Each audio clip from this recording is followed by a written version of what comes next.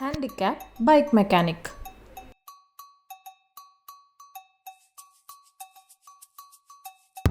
ఒకరోజు bike servicing centre దగ్గరికి అర్జున్ కంటే ముందే శివ తన బైక్ సర్వీస్ చేయించడానికి వచ్చి అర్జున్ కోసం వెయిట్ చేస్తూ ఉంటాడు.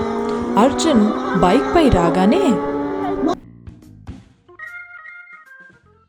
ఏంట్రా అర్జున్, ఆలస్యంగా వచ్చావే?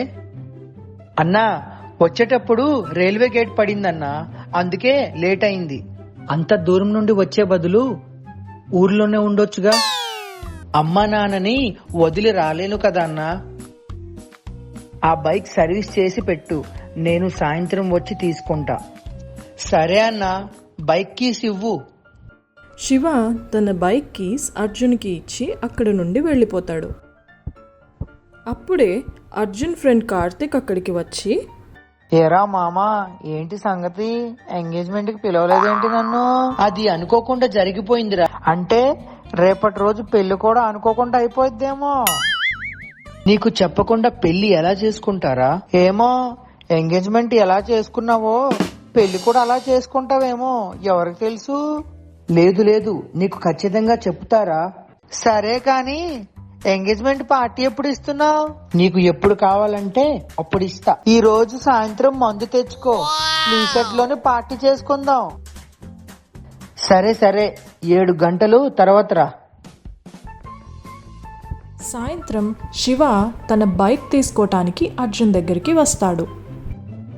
ఏంటి అర్జున్, బైక్ సర్వీసింగ్ అయిపోయిందా? అయిపోయిందన్నా, నీకోసమే వెయిట్.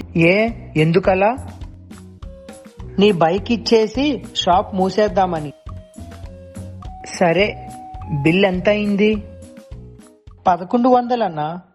ఇదిగో 1000 రూపాయలు, మిగిలిన ఆ 100 తర్వాత ఇస్తా. ప్రతి ఒక్కరూ ఇలా 100 100 100 అని నన్ను ముంచుకుంటూ పోతుంటే ఇంకా నాకేం మిగులుతుంది? శివ అక్కడి నుండి వెళ్ళిపోయిన తర్వాత అర్జున్ మందు తెచ్చుకుని కార్తిక్కి కాల్ చేస్తాడు. రే కార్తిక్, నేను మందు తెచ్చా, నువ్వు త్వరగా. సరే అన్నా. కొద్దిసేపట్లో కార్తిక్ అక్కడికి వస్తాడు. ఇద్దరు కూర్చుని మందు తాగుతూ మాట్లాడుకుంటూ ఉంటారు. అరే, ఎందుకురా నన్ను ఎంగేజ్మెంట్ కి పిలవలేదు? పొద్దున్నే చెప్పా కదరా, అనుకోకుండా అయిందని. అయినా ఆ విషయం వదిలే. అంటే రేపటి రోజు పెళ్లి కూడా అనుకోకుండా అయిపోద్దేమో. అరే, వచ్చే నెల 30 తారీఖు పెళ్లి, 29కి బ్యాచిలర్ పార్టీ చేసుకుందాం. నువ్వు ఖచ్చితంగా రారా. సరేరా మావా, నేను వెళ్తా, టైం అవుతుంది. అరే ఆగురా, నేను వస్తా. నా బండిపై మీ ఇంటి దగ్గర దించి వస్తా. అరే, నీకు మందు ఎక్కువైందనుకుంటా, మా ఇల్లు వెనకాలే వెళ్ళిపోయింది. ఎందుకు వెళ్ళిపోయింది?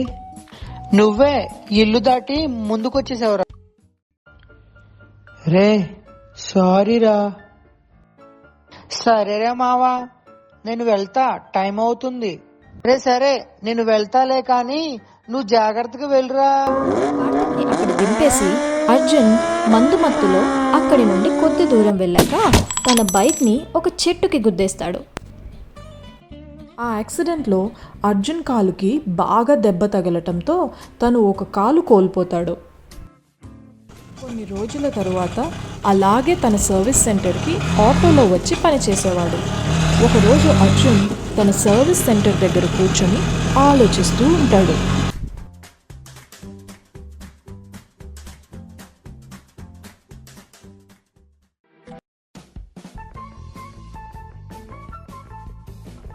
ఆ రోజు నుండి 2 రోజులు కష్టపడి దానికి 2 టైర్స్ జోడించి హ్యాండిక్యాప్ బైక్ తయారు చేసి రాజు ఆ హ్యాండిక్యాప్ బైక్పై తన సర్వీస్ సెంటర్కి వచ్చి తన పని తను చేసుకుంటూ ఉంటాడు.